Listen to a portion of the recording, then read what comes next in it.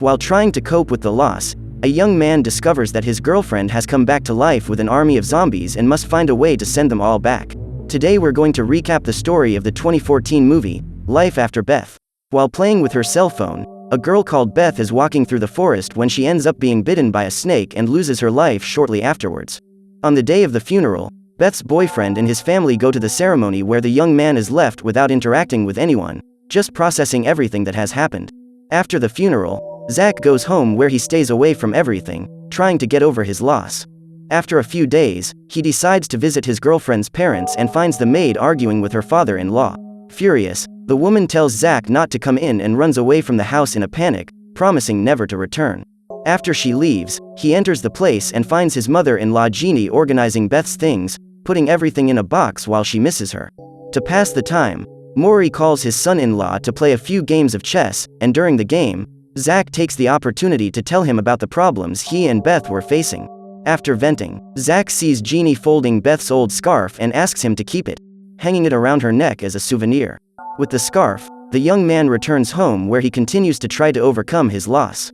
The next morning, Zach makes a jelly and takes it to his in-laws as a present, but no one answers and he ends up leaving the dessert on the doorstep.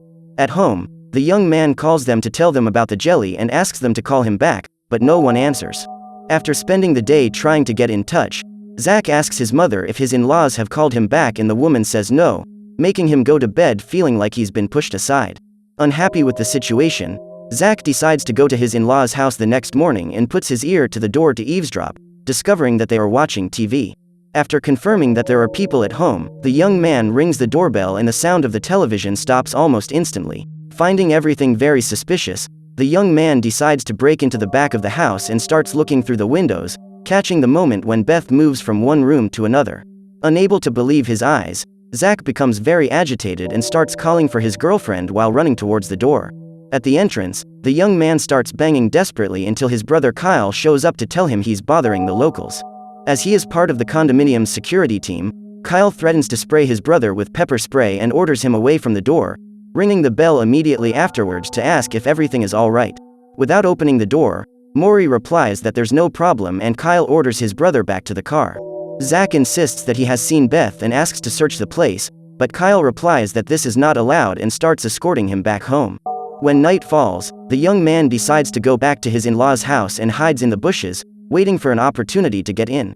Tired of waiting, he decides to knock on the door while looking through the glass, catching the moment when Jeannie takes Beth to hide in another room. Disgruntled, the young man starts calling for his girlfriend and Maury finally opens the door, but instead of telling the truth, he tries to make up excuses about why he was avoiding contact. Since he already knows their secret, Zach demands to see Beth and starts running towards the bedrooms, catching Jeannie trying to hide her own daughter in the closet. Seeing his girlfriend after so long, Zach is very emotional at first, but then turns angry, accusing Beth of having faked the whole thing. Wanting to clear things up, Maury says that she didn't fake it and asks them to talk alone, but Zach refuses and continues to accuse the three of them, saying that Beth is a traitor. Seemingly confused, the girl says she doesn't know what he's talking about and the guy leaves certain that his girlfriend is a liar. At home, Zach tells his family that Beth is alive and that it was all a fraud, but obviously none of his relatives believe him. The next morning, he decides to visit his girlfriend's grave and realizes that the grave is open, but that the hole seems to have been made from the inside. After the discovery, Zach goes to see Maury and tells him what he saw, accusing Beth's family of running an insurance scam. Maury then says that his daughter really perished, but that she came back to life for some reason and showed up at home with no memory the night they played chess, shortly after Zach left. Frightened, the young man says that Beth is a zombie and his in-laws respond by saying that it's the miracle of resuscitation. As they talk about what to do, Beth appears and kisses her boyfriend as if nothing had happened, calling him to spend some time in the attic. Frightened, the young man tries to resist, but the girl insists and starts pulling him down the corridor. Just above, Beth notices that Zach is uncomfortable and asks why everyone is acting strangely towards her. Still suspicious, the young man asks the girl if she remembers what happened last week and she says she had a blackout and only remembers the moment she got home and how scared her parents were. Even though he thinks it's all crazy, Zach decides to collaborate with his in-laws and keeps the fact that she's resurrected a secret, choosing to make up for the time they've been apart. To do this, the young man suggests going for a walk together. Beth accepts, but when they go to talk to her in-laws, they don't approve of the idea and suggest they wait until nightfall. Understanding the fear that someone will recognize the girl, Zach accepts the idea and spends the day watching TV. When it's time to go for a walk, Maury is still afraid that she'll be seen and says that it's better for them to stay at home, suggesting that they enjoy a moment alone by the pool. At the water's edge, Zach starts talking to Beth until he sees the sight of the snake bite full of marks. Frightened, the young man asks if she's in the mood for human flesh and Beth doesn't understand, taking it as a joke. Even though he thinks she's a zombie, Zach decides to ignore it and enjoy the rest of the evening with his zombie girlfriend. With this, the young man finally accepts what has happened and goes back to living normally, overcoming his grief overnight. Excited, Zach wakes up early the next morning to visit Beth, but as he's leaving the house, he finds Chip delivering the mail, which would be normal if the letter carrier hadn't been missing for almost 2 years. Totally bored, Chip delivers letters from random people to Zach and drives off like he's drunk. Even though he finds it all very bizarre, the young man goes to Maury and vents his fears, suggesting that they tell Beth that she perished and came back to life. After Maury rejects the idea, Zach says they should at least try to understand why it happened and suggests they go and talk to the ex-employee, saying she was a voodoo practitioner and must have done it as a way of getting revenge. Thinking it's all crazy, Maury says he shouldn't talk about it anymore and makes him promise not to tell Beth anything. Out of options, Zach accepts and goes to see his girlfriend, who asks them to go for a walk. Afraid that they will see her, Maury tries to stop them from leaving, but Beth insists and he ends up giving in, entrusting Zach with the mission of not letting her be seen by anyone. Once in the car, the two go to a park where they enjoy the afternoon together, but it really wasn't a good idea, because when they come into contact with the sun, the girl's skin starts to get red marks, especially on her face. As soon as he sees the mark, Maury starts freaking out and forbids his daughter to go out again, starting an argument with his son-in-law, who says that the right thing to do is to tell her the truth. Not knowing what they're talking about, Beth says they're freaking out and goes to her room to rest. Seizing the opportunity, Maury asks Zach to leave his house and accompanies him out. Outside, the man accuses Zach of ruining everything and says he is no longer welcome there. Refusing to accept, the young man waits for his parents-in-law to go to bed and then goes up to the attic to call Beth to see a surprise he has prepared. After getting her out of the house, Zach takes his girlfriend to the beach where he plays a serenade he has composed for her, but for some reason, the girl is visibly disturbed by the sound and starts freaking out, throwing the guitar into the ocean and starting a fire in the lifeguard hut. Completely out of her mind, the girl asks for help and even though Zach is scared, he decides to help her, taking Beth to his car. In the back seat, she freaks out again and smashes the car window while screaming for Zach not to leave her alone, only calming down after he gets in the car and puts an elevator song on the radio. On the doorstep, Zach kisses Beth goodbye and notices that her breath is different, as well as the mark on her cheek, which is much uglier. Trying to pretend that nothing has happened, the guy helps his girlfriend jump back into the attic and realizes that the girl has covered all the walls with mud, leaving the place looking like a grave. Totally out of her mind, Beth turns up the radio to an elevator song and goes after Zach. As he is frightened, the young man refuses to be with her, but the girl doesn't care and tries to force herself on him, which leaves Zach even more confused. With a little effort, the young man manages to free himself and escapes from the attic, running back to the house while Beth screams her head off the roof. Thoughtful, Zach goes for coffee at a diner where he ends up meeting Erica, a childhood friend who has returned to the city after college. As they catch up, Erica says she's sorry to hear about Beth's perishment and Zach takes the opportunity to vent about the fear he's feeling. As Erica doesn't seem to understand, Zach changes the subject and asks her if she's noticed that some people are reappearing out of nowhere, but realizes that this will make the girl think he's crazy and decides to let it go.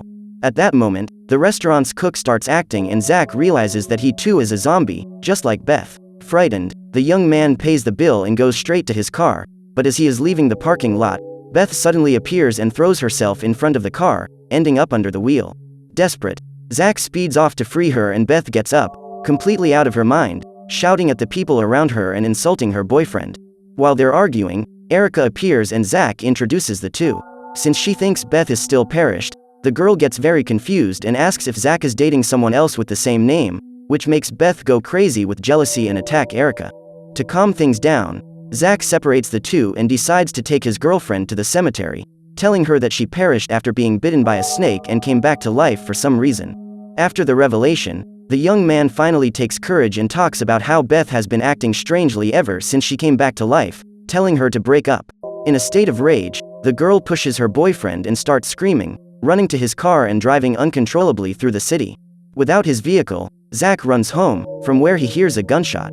Upon entering the house, the young man sees Kyle holding a pistol and his grandfather fully resuscitated with a gunshot wound to the chest.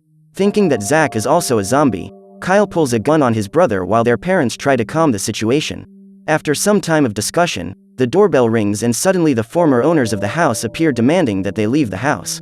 While humans and zombies argue, the phone rings and Zach answers, discovering that it's Maury asking to talk alone. After the call, the whole town is without power and Zach tells his family he's leaving, asking them to take the opportunity to pack. Outside, Zach gets into Maury's car and asks him to apologize to Beth, as well as demanding that he say he was lying and that she is still alive. The young man obviously refuses and suggests that they go to the old maid for help, saying that she must have done a spell to bring the deceased back to life. For some reason, Maury refuses to talk to his former employee and takes his son-in-law to his house by force, saying that he must apologize for everything. At the residence, Zach finds Beth even crazier than before and catches her attacking a guy, which makes him ask for the maid's address once again. Although Maury refuses, Jeannie hands him the paper with the location and the young man takes his car back, which is now totally wrecked. While he's trying to start the car, Beth sits in the back seat and Zach agrees to take her along. After some time on the road, they arrive at the address and Zach rushes to the apartment, but when he gets to the door, he is answered by the cousin of the former employee, who says that the girl has left town. Curious, Zach asks if she had anything to do with the zombie attack and the man says no. Zach then says that the girl left work the night Beth returned and his cousin replies that she did so because Maury was a maniac. After the discovery, Zach tries to get back to the car and catches Maury capturing Beth, acting like a real lunatic. Seeing how crazy his father-in-law is, the young man tries to stop him and ends up taking a blow that makes him black out, only to wake up a few hours later while a zombie stares at him. Afraid of being eaten, Zach crawls into his car and drives home, but instead of his family, he finds only a homeless man sleeping on the sofa.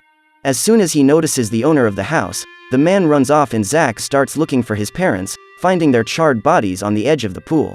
After some time to digest what has happened, Zach organizes his things in his room and leaves the house, driving through the chaos of the city to a supermarket. While he's getting the trolley, an armed group is shooting at the zombies and Zach is forced to hide behind the counter to avoid being hit.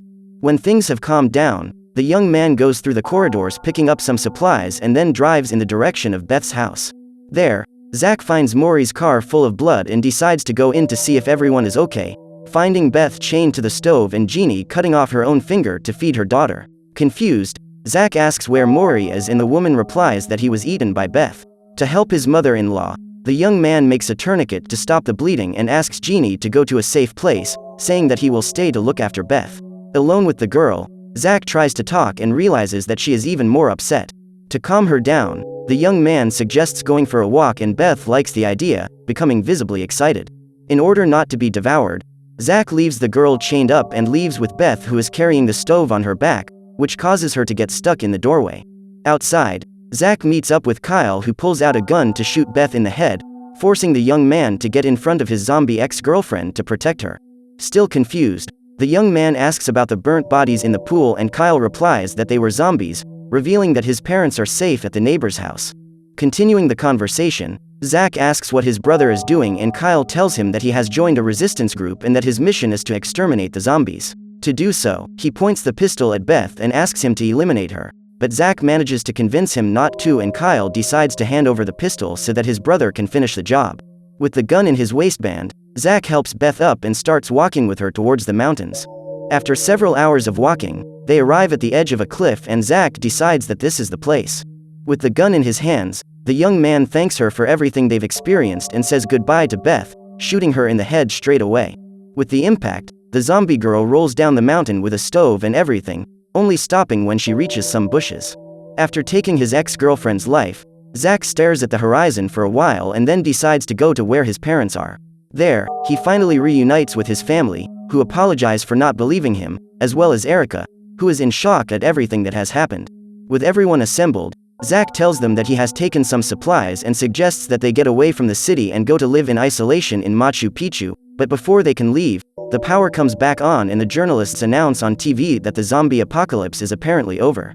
Now that everything's back to normal, Zach goes to visit Beth's tombstone and says goodbye for the last time, leaving the scarf on the grave and moving on with Erica and her family.